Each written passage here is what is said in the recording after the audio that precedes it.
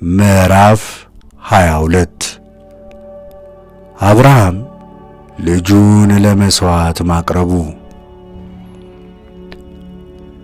ከእነዚህም ነገሮች በኋላ እንዲህ ሆነ። እግዚአብሔር አብርሃምን ፈተነው፣ እንዲህም አለው፣ አብርሃም አብርሃም ሆይ። እርሱም እነሆ አለሁ አለ። የምትወደውን አንድ ልጅን ይስሐቅን ይዘህ ወደ ከፍተኛ ተራራ ሂድ፣ እኔም በምነግርህ በአንድ ተራራ ላይ በዚያ መሥዋዕት አድርገህ ሰዋው አለው።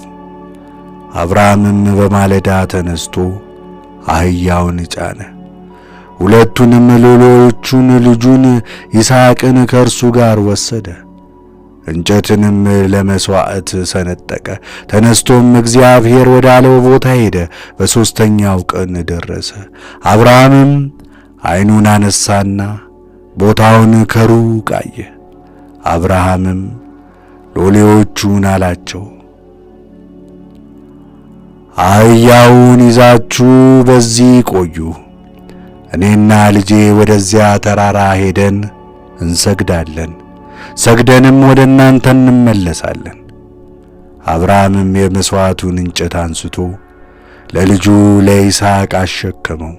እርሱም እሳቱንና ቢላዋውን በእጁ ያዘ። ሁለቱም አብረው ሄዱ።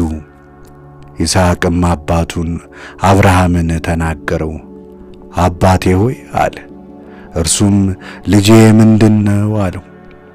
እሳቱን እንጨቱን ይኸው አለ፣ የመሥዋዕቱ በግ ግን ወዴት አለ አለው። አብርሃምም ልጄ ሆይ የመሥዋዕቱን በግ እግዚአብሔር ያዘጋጃል አለው። ሁለቱም አብረው ሄዱ። እግዚአብሔር ወዳለውም ወደዚያ ቦታ ደረሱ።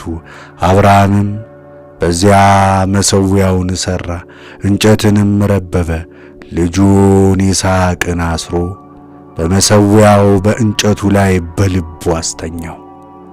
አብርሃምም እጁን ዘረጋ፣ ልጁንም ያርደው ዘንድ ቢላዋን አነሣ። የእግዚአብሔር መልአክም ከሰማይ ጠራው፣ አብርሃም አብርሃም አለው። እርሱም እነሆኝ አለ። እርሱም በብላቴናው ላይ እጅህን አትዘርጋ፣ አንዳችም አታድርግበት፣ ለምትወደው ልጅህ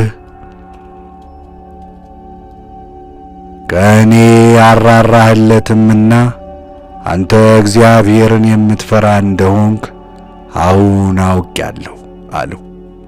አብርሃምም ዓይኖቹን አቅንቶ በተመለከተ ጊዜ በኋላው እነሆ አንድ በግ ቀንዶቹ በዕፀ ሳቤቅ ተይዞ አየ።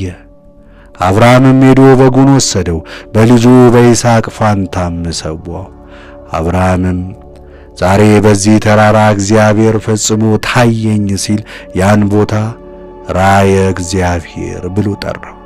የእግዚአብሔር መልአክም አብርሃምን ከሰማይ ሁለተኛ ጊዜ ጠራው፣ እንዲህም አለው፣ እግዚአብሔር በራሴ ማልሁ ይላል፣ ይህን ነገር አድርገሃልና ለምትወደው ልጅህም ከእኔ ያራራህምና መባረክን እባርክሃለሁ፣ ዘርህንም እንደ ሰማይ ከዋክብት በባሕር ዳር እንዳለ አሸዋ ፈጽሞ አበዛዋለሁ። ዘርህም የጠላት አገሮችን ይወርሳል፣ የምድር አሕዛብ ሁሉም በዘርህ ይባረካሉ፣ ቃሌን ሰምተሃልና። አብርሃምም ወደ ብላቴኖቹ ተመለሰ። ተነስተውም ወደ አዘቅተ መሐላ አብረውት ሄዱ። አብርሃምም በአዘቅተ መሐላ ተቀመጠ። የናኮር ትውልድ። እንዲህም ሆነ ከዚህ ነገር በኋላ ለአብርሃም እንዲህ ተብሎ ተነገረው፣ እነሆ ሚልካ ደግሞ ለወንድምህ ለናኮር ልጆችን ወለደች። እነርሱም በኵሩ ዑፅ፣ ወንድሙ ቦአክሲ፣ የአራም አባት ቀማኤል፣ የአኮዛት ኤዝራው፣ ፌልዳስ፣ ዮፋትና ባቱኤል ናቸው። ባቱኤልም ርብቃን ወለደ። ሚልካ ለአብርሃም ወንድም ለናኮር የወለደችለት 8ቱ ልጆች እነዚህ ናቸው። ሬማ የሚሉአት እቅብቱ ደግሞ ጥባህን፣ ቤካን፣ ጠኮንና ሜካንን ወለደች።